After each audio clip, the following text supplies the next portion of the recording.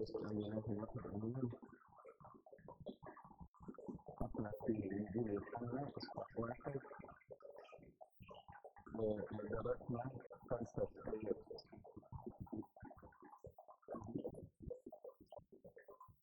نرجعهم بسرعة بعدين ناخد من أول آية رقم 6. النص متحضرين في البدء كان الكلمة وكان الكلمة عند الله وكان الكلمة الله. وقلنا إن الآية دي من 3 أجزاء.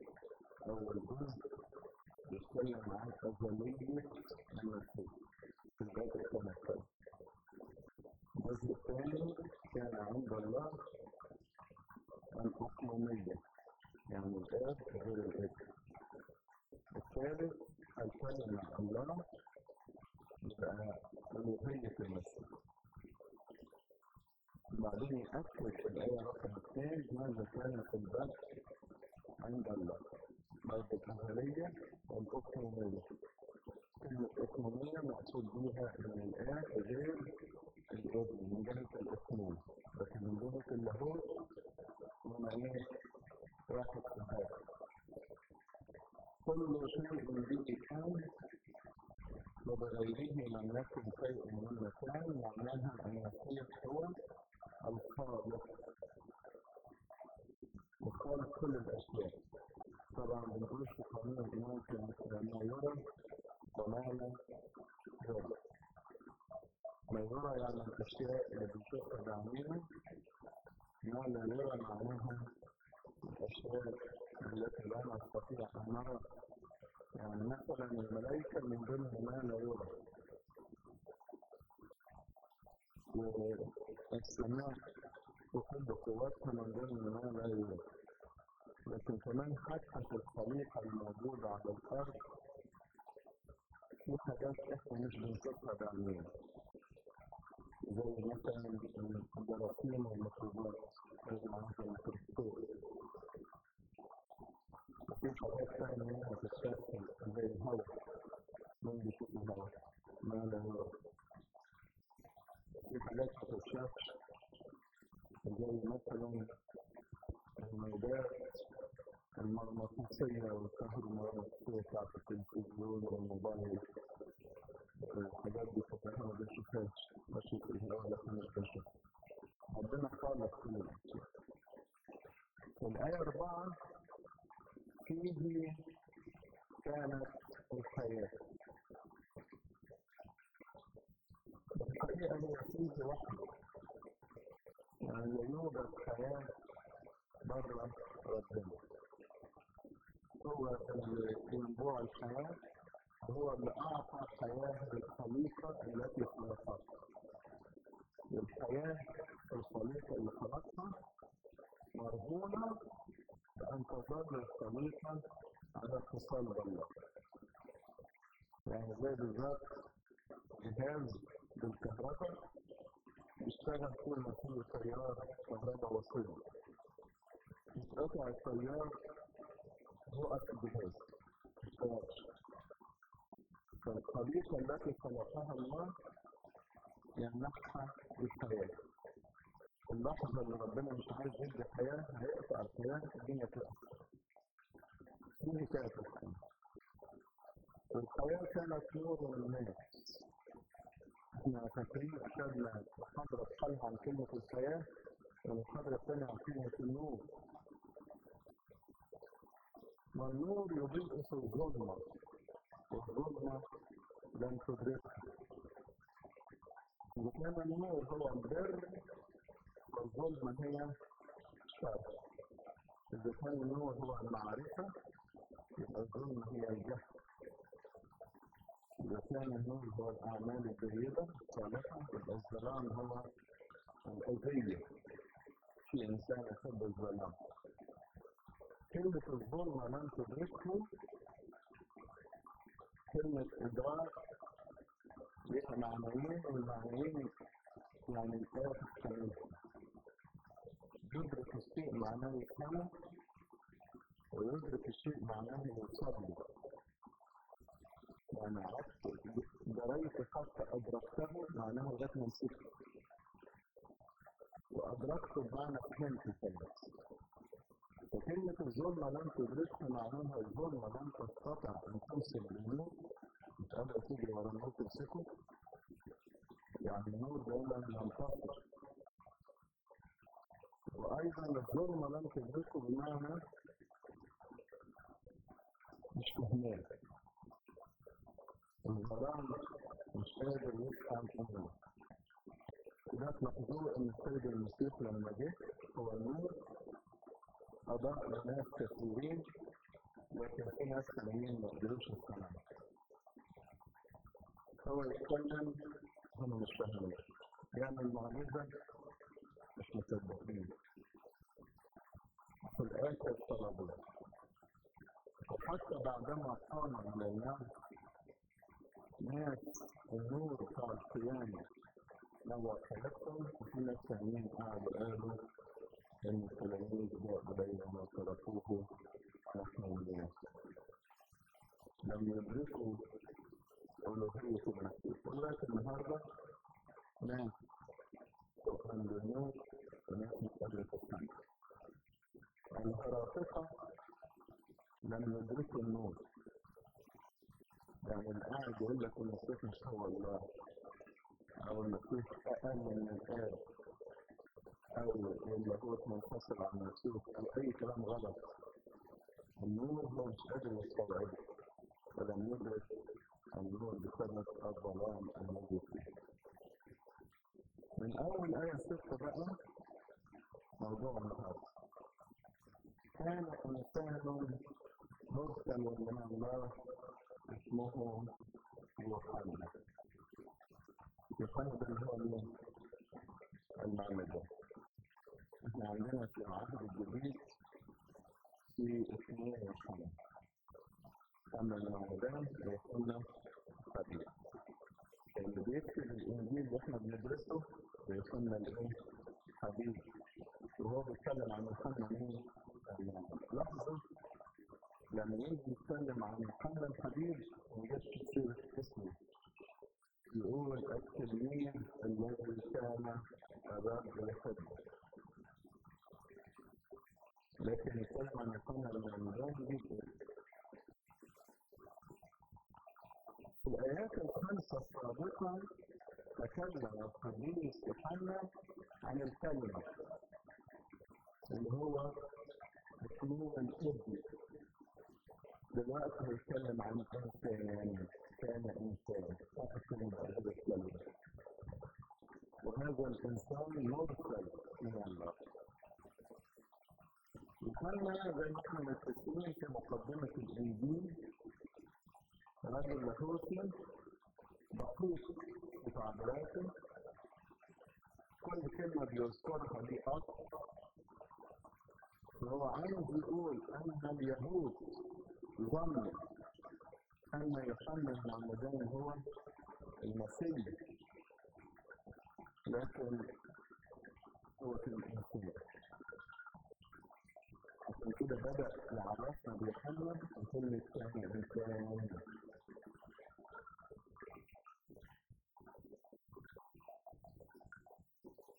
وهذا الإنسان مرسل من الله. لنا عارفين قصة ميلاد يوحنا المعمدان أنها كانت بمعجزة، زي بالظبط لما إبراهيم خلف إسحاق بمعجزة. كان إسحاق ونفسه من سارة وإبراهيم في شيخوخة، فيها إشارة إلى أن المسيح سيتولد من البشرية بعد مكتوب الساعات. ويوحنا أيضا لما ولد من زكريا حديث الرب كان في تنبيه، إشارة رسالة يبعثها ربنا للبشر أن المسيح قرب يتولد. لكن كل دول كانوا شيء والمسيح حاجة تانية خالص. كان إنسان مرسل من الله. والله لما أرسل يوحنا أعطاه الاسم قبل أن يخرج به في البر، لأن كلمة يوحنا يعني إيه؟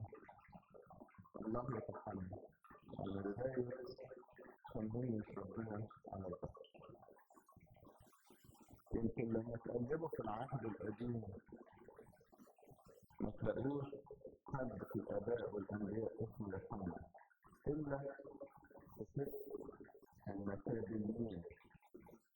المسابيين دول كانوا قبل مجيء المسيح بسنوات قليلة بالنسبة طبعا لإبراهيم وإسحاق ويعقوب والآباء القدام. ففي عصر المسابيين سموا كلمة يوحنا، هي إشارة إن الله ابتدى يتحمل. علشان كده لما دول يصنعوا الطفل قالوا نسميه زكريا زي أبوه، قالوا خلاص اسمه يوحنا. قالوا يا ريت حد من عشيرتك سمى هذا الاسم باسم جديد غريب. وبعدين شاوروا الرجل انت عايز تسميه ايه؟ قال لهم ما تقولوش ما اتكلمش وكتب الكلام. اول ما كتب كان نطق خلق اسم ثاني وتعجبوا من هذا الاسم، لكن هذا الاسم كان ايضا مدعو ان الله يتحمل. خليفة الله معناها الله يحكم.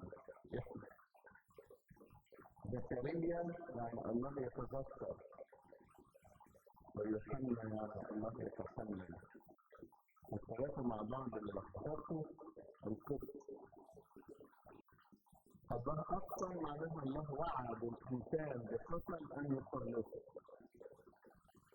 مرت سنين طويلة كأنهم يقولوا رب أنت نسيت ولا إيه؟ يقول لا زكريا يعني الله خلقه مش ناسي.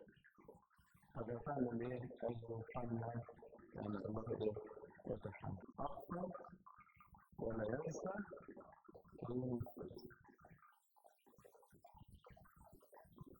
كان الإنسان مرسل من الله. السفر ملاكي جاءت نبوة عن يوحنا المعمدان. يقول فيها أنا ذا أرسل ملاكي يهيئ الطريق أمامي. مين المتكلم هنا؟ الله. يبقى الطريق إيه؟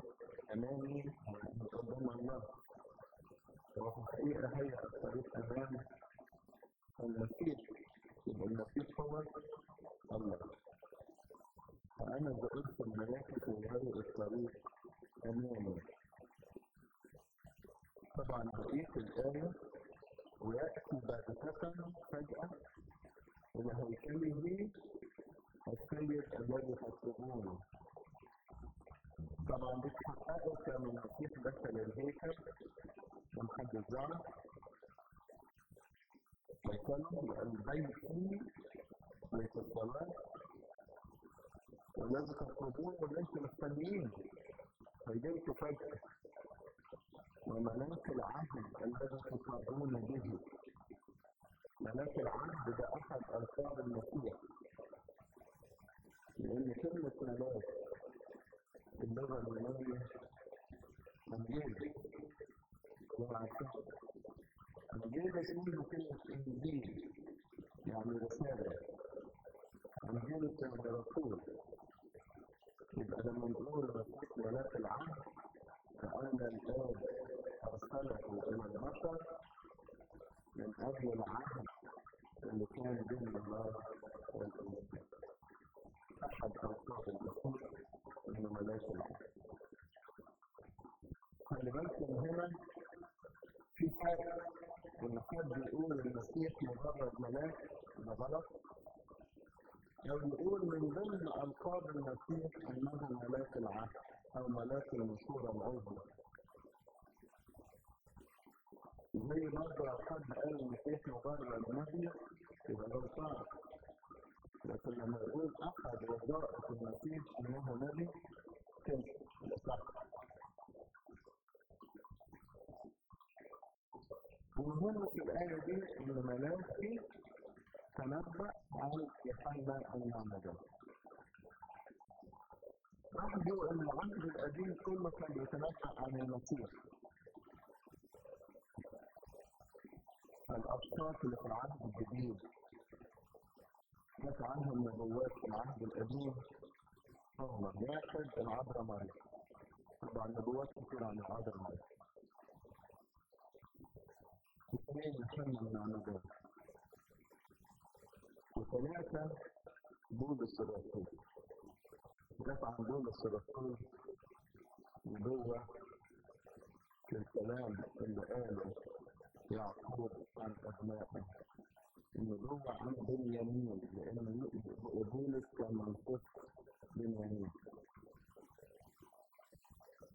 غير كده مفيش حد في العهد الجديد تتنبأ عنه العهد القديم، ودي زي مكانة هؤلاء الأسئلة.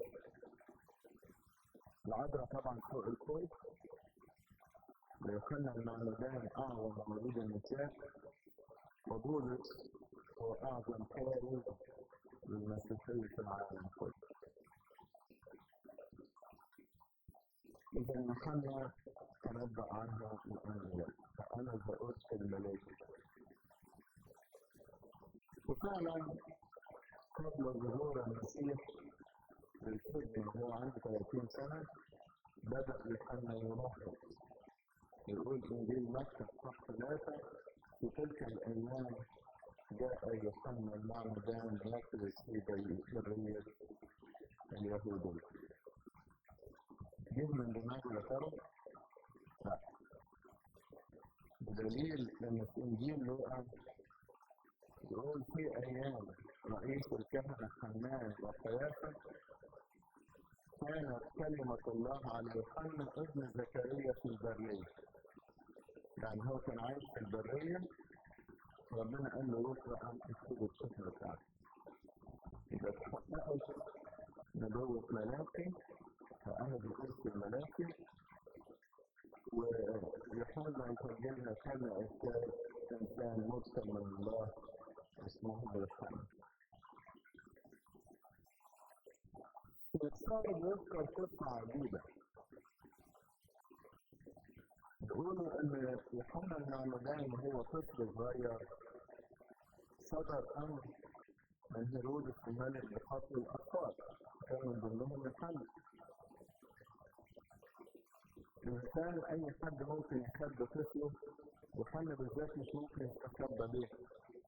أبوه كاهن معروف، قصة ولاده معروفة، البلد كلها تحدث بهذا الأمر، وقالوا إن ربنا أعطى طفل لزكريا بعد الكبر. وبعدين إذا كان متوقع أن يأتي المسيح فبالأولى جدا الطفل يكون هو المسيح. فيمكن يكون أول بيت رفع عليه عشان يقتلوا الطفل يوحنا.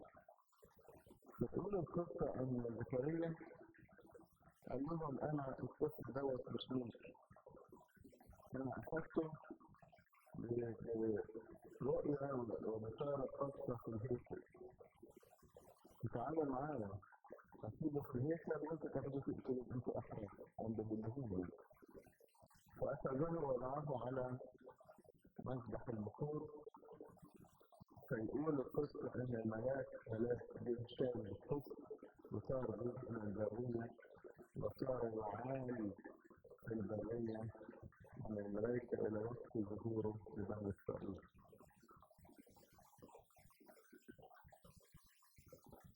وجاءت بعدها على طول رفع زكريا عشان الحركة دي قتل بين المذبح والهيكل. قعد في البرية من هو طفل لغاية سنة 30.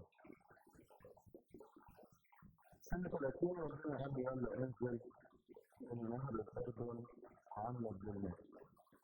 فاحنا عرفنا ازاي ان ربنا اللي قال له.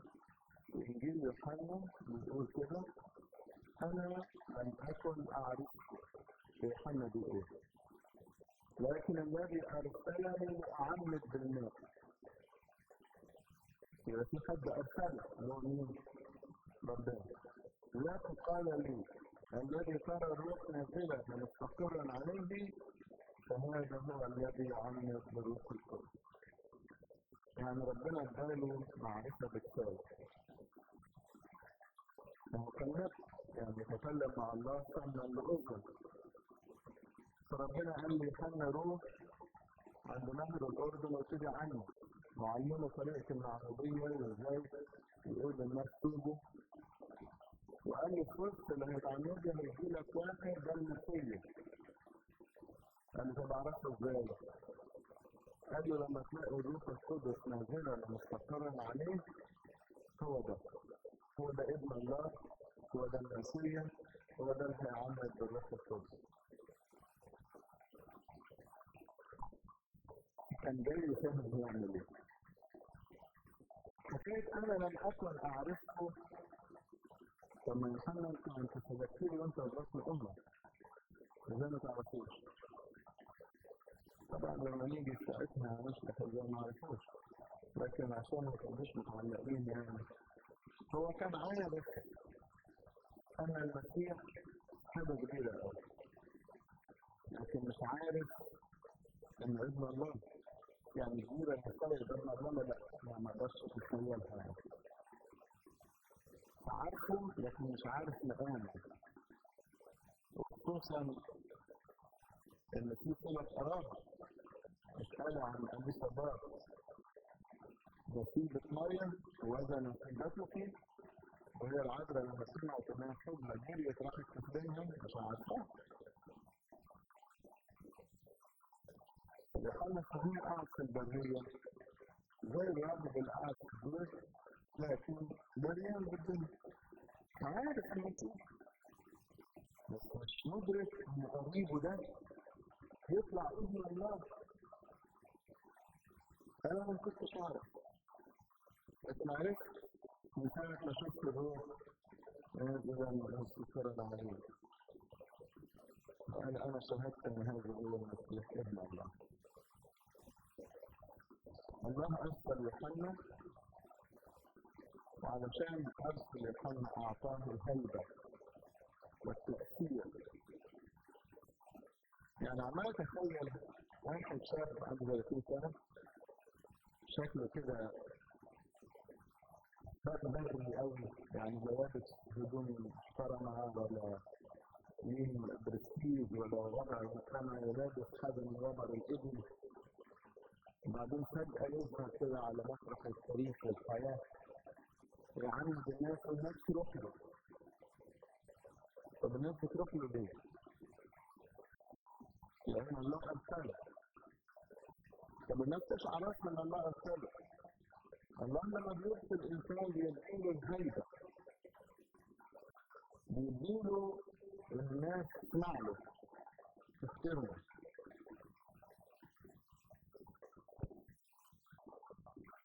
كيف يعمد الناس دي عجيبة ليه؟ أول مرة في التاريخ واحد يعمد الناس تروح حتى ما استفسروش أنت بتعمل إيه. يعمد ركن الأمر. الأعجب من كده إن أيام يوحنا وقبل شوية، ركزوا معايا في المعلومة دي. لما يجي واحد مثلا عايز يبقى يهودي يتهور، كانوا بيعمدوه ازاي معموديتنا؟ مجرد ينزل يغطس هنا مرة واحدة ل3 مرات، ويقولوا له انت كده اتغسلت من الوثنية بتاعتك. لما يكون واحد يهودي بقى ونقول له تعالى تعمد، ممكن اعتبرها اهانة. يقول لك هو انا وثني عشان اتمثل من الوثنية؟ انا يهودي، انا مؤمن، ازاي تعمدوني؟ فكان المفروض اول ما يوحنا يدعو الناس للمعمودية الناس ترفض، لكن العجيب الناس راحت له بأعداد كثيرة ومن جميع الأنواع، حتى أحيانا بعض الفلسطينيين راحوا له. طب إيه اللي يخلي الناس تروح تعتمد من يوحنا وهو ليس له أي سلطان ولا أي وضع ولا منظر، ومحدش قبل كده عمد، واللي عمد قبل كده كان بيعمدوا الوثنيين؟ احنا احيانا لما يجيلنا حد من طائفة من الطوائف بأي كلام عايز يبقى صديق، نقول له لازم تتعلم. يقول لي انا ما كنتش بتوفي، نقول له كنت وصيت على ان ورثنا ما يكونش صديق. تعالى تعالى مش هنتعلم خلاص الأصول، مش هتبقى أسلوب هتوزعك. أنا ما كنتش مسيحي، يعني بيرفض المعنوية بيعتبرها نوع من الإيمان. فأنا بتعجب إزاي اليهود يقبلوا على نفسهم يروحوا يعتمدوا على يوحنا؟ الإجابة حاجة واحدة بس، كان إنسان مرسل من الله. عندما يرسل الله إنسان يعطيه مصداقية الرسالة ويخلي الناس تهاب، مش بس تهاب. هيرودس الملك، شوفوا انجيل مرقس يقول ايه، هيرودس كان يهاب يوحنا علما انه رجل بار وقديس وكان يحفظه، واذ سمعه فعل كثيرا وسمعه بالسرور. الملك من بقى الشاب اللي عنده 30 سنة، شوفوا تخيلوا ذهنكم عنده 30 سنة، الملك نفسه بيهابه يبعث له يقول له عايز اسمع منك كلمتين، انا متضايق منك لانك هتخليني ما اتجوزش امرأة اخي، لكن عايز اسمعك. عشان كده يوحنا هذا العظيم السيد المسيح نفسه تكلم في نفسه. عارفين كلمة دكتورولوجية؟ في التسبيح عندنا دكتورولوجيات، الدكتورولوجية معناها تمجيد، فعندنا دكتورولوجية للعذراء، للملاك مسيحيين، للرسل، لمريموس، كل القديسين، كل واحد له دكتورولوجية. دكتورولوجية معناها كلام تمجيد. شيء عجيب، أول من أنشأ دكتورولوجية كان المسيح نفسه لما تكلم عن يوحنا المعمدان. اسمعوا النص الجميل ده، اعتقد انتم حافظينه. موجود في 3 اناجيل، متى ومرقس ولوقا. يقول لك ابتدأ يسوع يقول بالدموع عن يوحنا، ادي اول الدكتورولوجية، ماذا خرجتم الى البرية لتنظروا؟ قصبت حركها الريح، قصبت حركها الريح يعني واحد لا يهش ولا يهش، ملوك شخصية، السيارات بتهز، ويوحنا كان كده. بل ماذا خرجتم لتنظروا؟ أإنسانا لابسا ثيابا ناعمة؟ وكان بيلبس ايه؟ قدر الإبل وما انتقى من جلد على حصويه، يعني حزام جلد، مش حاجة شيك يعني، منظر كده بري، كأنه إنسان واحد. إنسانا لابسا ثيابا ناعمة، وهذا الذين في لباس الحاشر والتنعم وفي قصور الملوك، لكن ده كان في البرية. بل ماذا خرجتم لتنظروا نبيا؟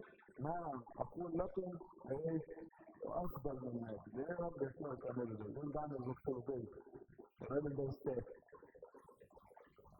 وكمل المسيح هذا هو الذي كتب عنه أنا أرسل أمام وجهك ملاكي الذي يهيئ طريقك أمام قدامك، لأني أقول لكم أنه بين المولودين من النساء ليس نبي أعظم من يوحنا المعمدان، ولكن الأصغر في ملكوت الله أعظم منه. الأصغر تفسروها بأنه مين؟ المسيح، لأنه أصغر منه في السن.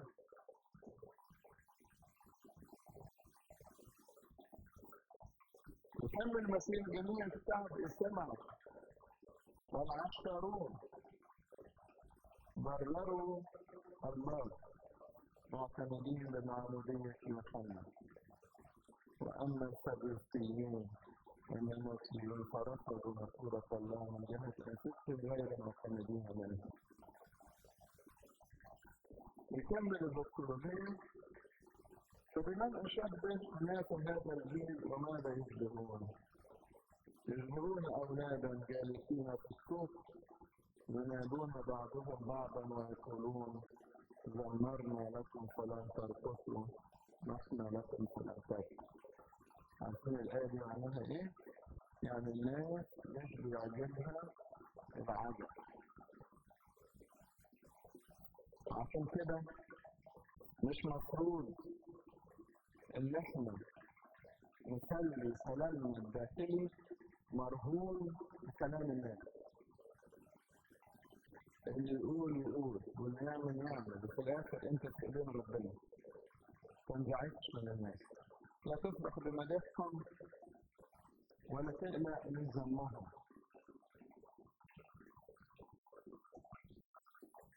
طب ليه يا رب قلت كده؟ قال لأنه جاء يوحنا المعمدان لا يأكل خبزا ولا يشرب خمرا فتقولون به شيطان. ما عجبهمش. جاء ابن الإنسان يأكل ويشرب ويقولون هو هذا الإنسان أكل وشرب الخمر محب العشرين والقتال. يعني عجبهم كده ولا عجبهم كده؟ مش الوضع ده لغاية دلوقتي؟ الناس دايما تتكلم ضد بعضهم ما عجبهاش. يعني النقيضين مش عاجبين. فاحنا هنقعد نذل انفسنا للنفس. انت تمشي صح وفي الاخر اللي هيحكمك هو مين؟ ربنا. اذا يوحنا هو اعظم مرسل من الله. ولما المسيح شهد انه اعظم مواليد النساء لأنه أتم رسالته بنجاح واتضاع. من أهم الكلمات اللي قالها يوحنا ينبغي أن ذاك يزيد وإني أنا أنقص. الروح دي بنفتقرها. صحيح يوحنا بيقول عن المسيح غصب عنه لازم يقول كده. ينبغي أن ذاك يزيد وإني أنا أنقص. طبعا ده المسيح. لكن المبدأ نفسه جميل. لما انت دايما تقدم اخواتك ويبقى هو احسن، ايه المانع؟ على فكرة اللي بيعمل كده بيبقى انسان واثق من نفسه. اقدم اخواتي وامدحهم واكرمهم معناها ان انا مش قلقان من وجودهم. مش قلقان ليه؟ لان الارض بتاعنا كلنا. مفيش واحد هينافس واحد ياخد اكل عيش ولا ياخد مكان ولا ياخد بيته. كل واحد ممكن يعيش حياته. ايه المانع ان اخويا يكون كويس وانا اقدمه في الكرامه؟ وكان قال مقدمين بعضكم بعضا في الكرامه. طيب لسنا لما الله ارسله يجي يعمل ايه؟ الايه 7. هذا جاء للشهاده ليشهد للنور لكي يؤمن الكل بواسطته. دوره واضح. يوحنا انت تروح تشهد للنور. واضحه جدا. عشان كده العلوم الحديثه بتاعت الاداره يقولوا لما تيجي تعين واحد قول له انت ايه المطلوب منك؟ هتقول يعني يسموها جوب ديسكريبشن. يعني ايه التوصيف الوظيفي بتاعك؟ ايه المطلوب منك؟ يعني احنا في الكلينيكا مثلا نيجي نرسم تأسيس. مثلا تأسيس وظيفي. ايه المطلوب منك؟ تبقى تأسيس. التأسيس بيعمل ايه يعني؟ تشييد. ايه المطلوب منك؟ لو هو سايح كده وتلاقيه مش عارف يأدي وظيفته. وبعدين يقع في عدة اضطرابات. أولاً يقول لك أنا مقصر في إيه؟ يقول لك خافت إن أنا بذلت مجهود كتير ومفيش ثمرة. طب أنت بتقيسها على أنهي معيار؟ إيه الثمرة اللي عايزها؟ مش عارف. طب المجهود اللي أنت بذلته في إيه؟ كل حاجة بتطلب مني بعملها. طب أنت مش مقصر؟ أنا مش مقصر بس أنت كمان مقصر. ما هو عندك معيار يقيس عليه. لكن لما يكون عارف ان انا ماسك اجتماع كذا عندي استفاد في الاسبوع مطلوب ان انا عندي 2 قداس في الاسبوع حاجات كده محدده هقدر اقول انا قصرت او انا ما قصرتش. لما يجي حد يحاسبني هيقول لي انت كان المفروض تعمل كذا انا عملت. المفروض دي اعرفها ازاي؟ قبل ما نبتدي ابقى عارف شغلتي ايه. يسموها التجربة ستيج. يوحنا ايه بقى التوقيت الوظيفي بتاعه؟ ربنا قال له بص انت هتروح عني بس وتقول للناس قبل المعمودية توبوا، وقت ما الناس يجيلك هتلاقي ابن الله ليك الصهر. هتعرفوا ازاي لما الروح القدس يحل عليك. طب ايه الفايدة ان انا عرفته؟ تشهد تقول للناس هو ده. بعد ما تشهد وتقول للناس هو ده يبقى خلصت رسالتك. انا هاخدك عندي بقى الطريقة. طبعا الطريقة اللي هي العلوم الرولوس وكذا. خلص الرسالة. وبس الانسان اللي يعرف رسالته في الحياة مبقاش تايه. لا ضمير يوجعه على الفاضي ولا يسكن ضميره وهو اصلا. انا هسكن ضميري اقول انا تعبت ومشكلة الله عملت كل اللي عليا. لا مش هو اللي عليك. انت في حاجات عليك ما عملتهاش وحاجات مش مطلوبة منك عملتها. شغلت نفسك بحاجات مش هي دي المطلوبة منك. صحيح مرهق ومتعب ومجهد ومستنفذ لكن مش هو ده اللي احنا عايزينه. عارفين الطالب اللي جاي في الكلية مش عارف ايه المناهج وبيذاكر اي حاجة وخلاص بينجح على ازاي؟ تعب وعرق وسهر وفي الاخر يلاقي نفسه ما جابش نتيجة. ويظهر غير ما انا تعبت. طب انت كنت عارف ايه المطلوب منك؟ ما كانش قلبك. هذا جاء بالشهادة ليشهد للناس من هو نور المسيح. عشان كده في سفر الأعمال بولس الرسول سأل ناس هل قبلتم الروح القدس لما آمنتم؟ قالوا إيه؟ قالوا سمعنا أنه يوجد روح قدس. وماذا أفعلتم؟ قالوا بمعمودية يوحنا. قال لهم إن يوحنا عمد بمعمودية التوبة قائلا للشعب أن يؤمنوا بالذي يأتي بعده أي بالمسيح يسوع. مش انتوا سمعتوا يوحنا قالوا طب ايه بقى قاعدين ساكتين ليه؟ هو كان تمهيد. يبقى انت تاخد التمهيد وتخش الحقيقة المسيح نفسه. فلما سمعوا ايه؟ اعتمدوا باسم رب يسوع. بعدين حق وضع عليهم الإهانة خلوا الروح القدس. دخل السكة الصح. إذا يوحنا كان جاء ليشهد للناس. وعشان كده في انجيل يوحنا نفس الاصحاح اللي احنا بندرسه يقول يوحنا شهد لها ونادى قائلا. كلمة هذا يعني صوت عالي يوصل لكل الناس. هذا هو الذي قلت عنه ان الذي يأتي بعدي صار قدامي لانه كان قبلي. طبعا اي حد يقرا الايه دي يتلخبط لكن انتوا بالذات مش هتتلخبطوا. الذي يأتي بعد يعني ايه؟ اتولد بعده وبدأ خدمته الجهارية بعد يوحنا. يوحنا سبقه قد ايه؟ 6 شهور. يبقى الذي يأتي بعد المسيح صار قدامي يعني ايه؟ وأحسن مني أعظم مني. طب ليه يبقى أحسن منك يا يوحنا؟ قال له أنه كان انت بتقول يأتي بعدي ازاي كان قبلك؟ قولوا لي انت بقى. كان قبله من جهة اللاهوت الأزلية وبعده من جهة ناسوت لأنه تجسد.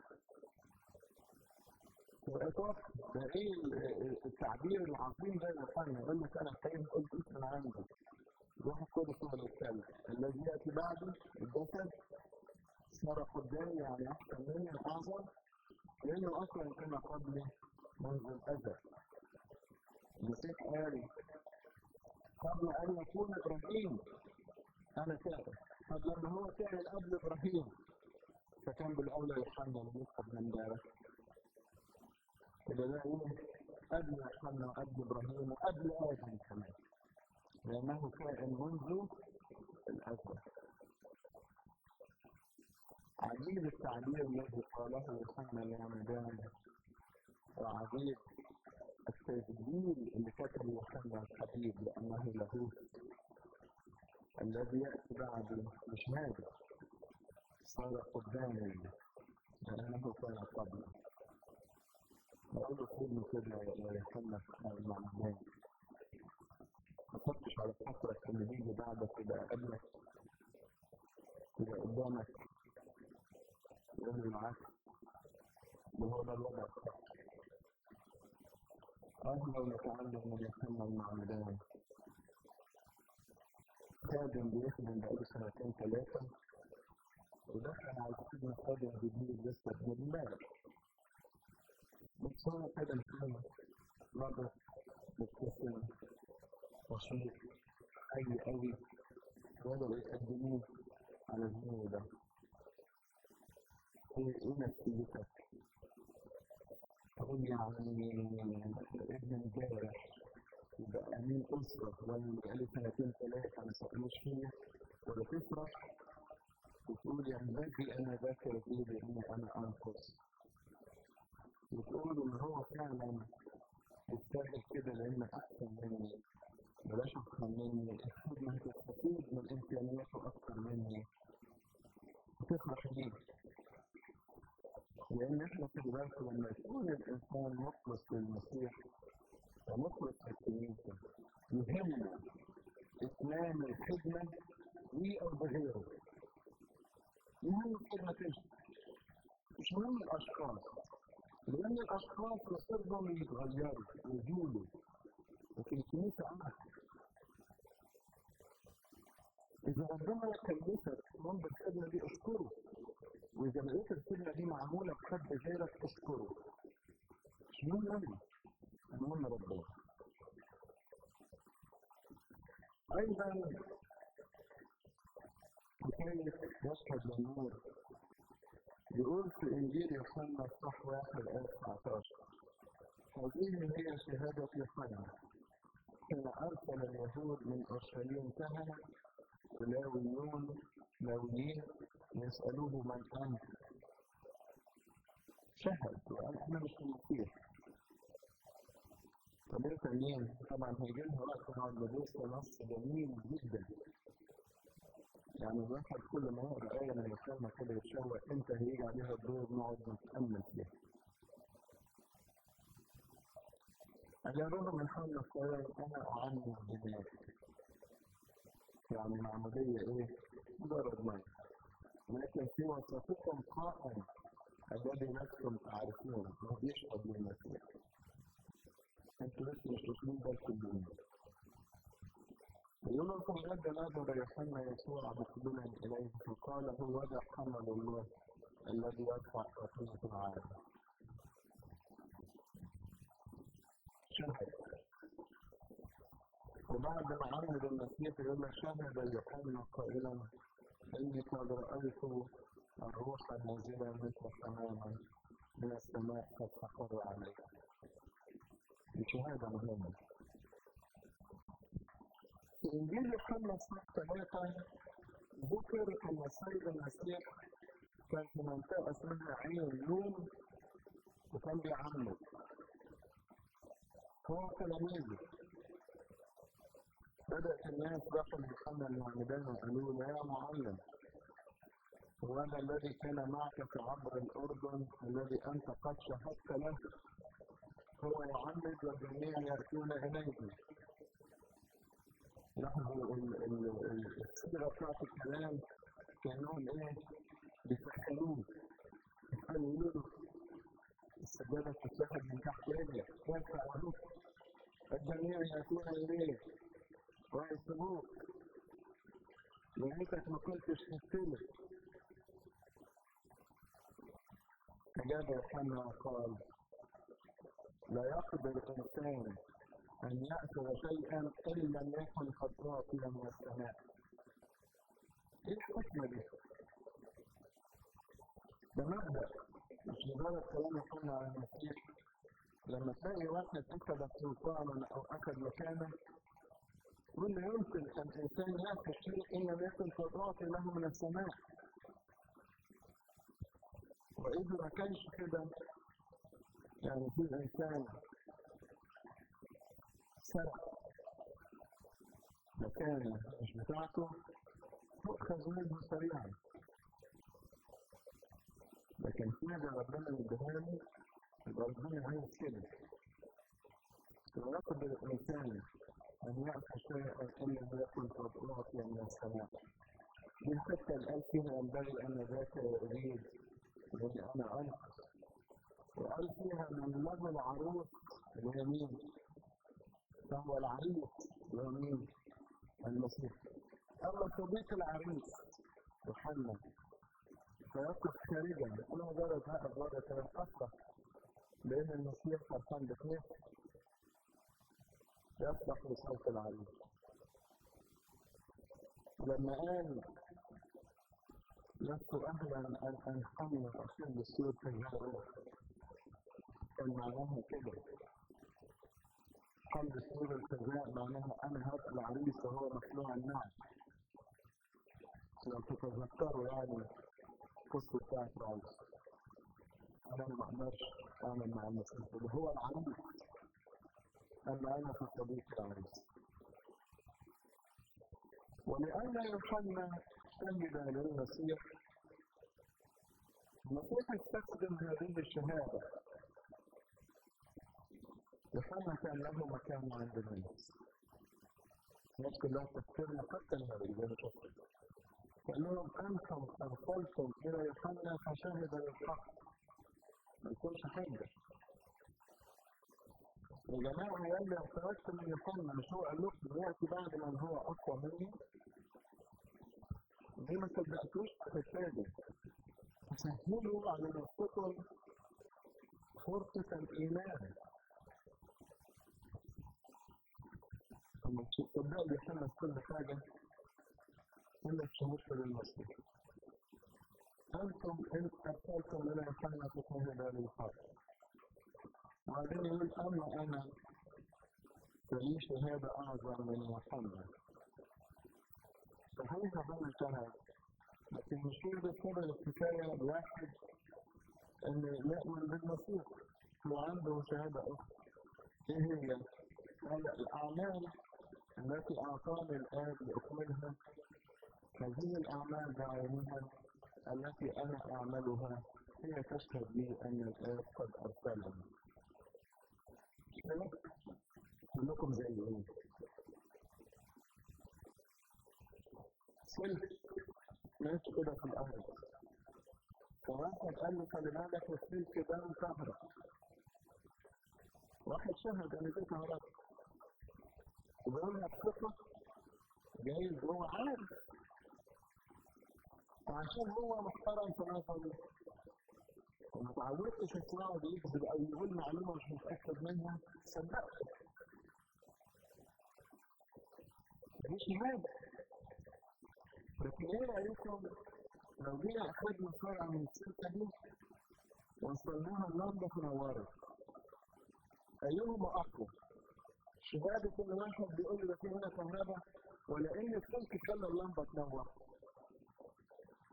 كده؟ فيوحنا قال ده ابن الله. الله تعالى صدقنا لأن الحل ده كلامه موثوق فيه. فيوسف قال بس خلي بالكم في شهادة أعظم من يوحنا إن أنا بعمل أعمال الله. أنت إزاي تشك في سلك الكهرباء إذا كان نور اللمبة؟ بعد ما ينور اللمبة تقول أنا أشك إن في كهرباء. إيه ده بقى؟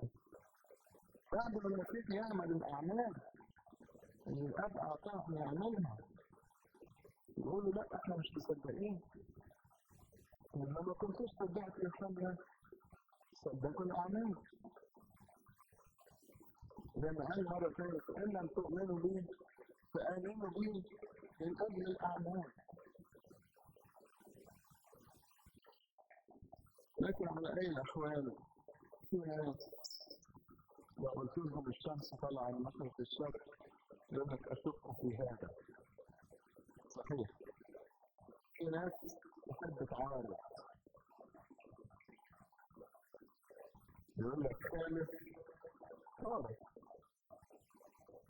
يعني نوع من عدم الثقة في النفس علشان يظهر ذات الثالث ويعرض ويبين ان هو كأنه له فكر خاص ومش ماشي مع بقية الناس عشان ما يبقاش من ضمن القطيع فيشارك الصح والغلط. لكن مع ذلك في ناس يؤمنون. في انجيل يوحنا الاصحاح 10 يقول ايه؟ فأتى إليه كثيرون وقالوا إن يوحنا لم يفعل آية واحدة، ولكن كل ما قاله يوحنا عن هذا كان حقا. الآية مهمة أوي. ليه؟ لأن النهارده في ناس يعتبروا العلامة الوحيدة إن فلان قديس إنه بيعمل معجزات. طب يوحنا لم يفعل آية واحدة، ده قديس ولا مش قديس؟ طيب إيه علامة القديس؟ كل اللي قال على المسيح كان صح. ده مش علامة الثبات اللي هي المعجزات، لأن الشيطان ممكن يعمل معجزات مذكورة في الكتاب المقدس. لكن الشيطان ما يقدرش يقول كلام صح عن المسيح.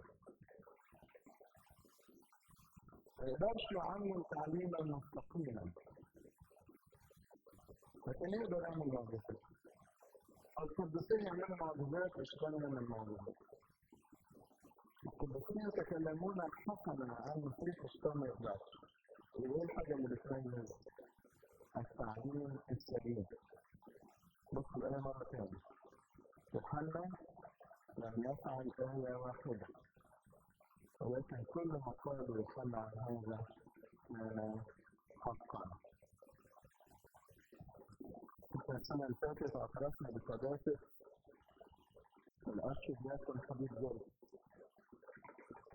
إيه المعيار؟ هل عمل معجزات؟ لا. المعيار إيه؟ علم في وقت كان التعليم صحيح. طبعا انتوا عارفين كان بيعلم هنا في الحته دي. ده مهندس الخامس في الموضع الكورس ده. حبيب جرجس وقت يوعظ، كل هو بيوعظ والبابا بالصليب عمال يشرح. لأن عملة نادرة مفيش حد يجي بيوعظ زي كده. كان أرشد ياكل كالإدراكية المرؤوسية هنا في الدقيقة. الاثنين اللي في البيت. ده ما يمنعش ان القديسين يعملوا معجزات، بس ما تبقاش هي ايه؟ العلامة الوحيدة اللي نقعد ندور عليها. يوحنا لم يفعل آية واحدة، لكن كل ما قاله يوحنا عن هذا عن المسيح كان حقا. عشان كده لو واحد ما بيعملش معجزات يعلم صح، كيف؟ واحد بيعمل معجزات يعلم غلط، خلي بالكم لأن ممكن الهرافقة يعملوا معجزات. فيبقى في الحالة دي الناس يقول لك ده بيعمل معجزات، يبقى كلامه صح. السنين ما قالش كده. هل العقل؟ هيجي ناس يقولوا يا رب أنت باسمك تنبأنا، باسمك أخرجنا شياطين، باسمك صنعنا قوات كثيرة. من هذا يقول لهم إيه؟ فدعوت إني لم أعرفكم إيه؟ قط أبدا. باسمك. وانت ما كنتوش مضبوطين، قلت كلام غلط. ومن ناس تانيين زي محمد المعمدان هيكون الدليل او السبب اللي يمجد في السماء انه يتكلم حسنا عن المسيح. انتوا عارفين حتى التقليد في الكنيسه القبطيه يوحنا هيكون في السماء فين؟ شمال المسيح. مين يمينه؟ ثم كده العذراء من ناحية اليمين ويوحنا من ناحية الشمال. أعظم اثنين.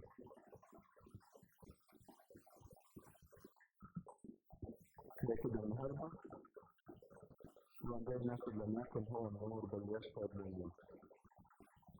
أنا طبعا قلت لكم الأول إن إنجيل يوحنا ده كل أسبوع يا دوبك ناخد لنا آية نشكر الله المرة يكون أكتر من آية.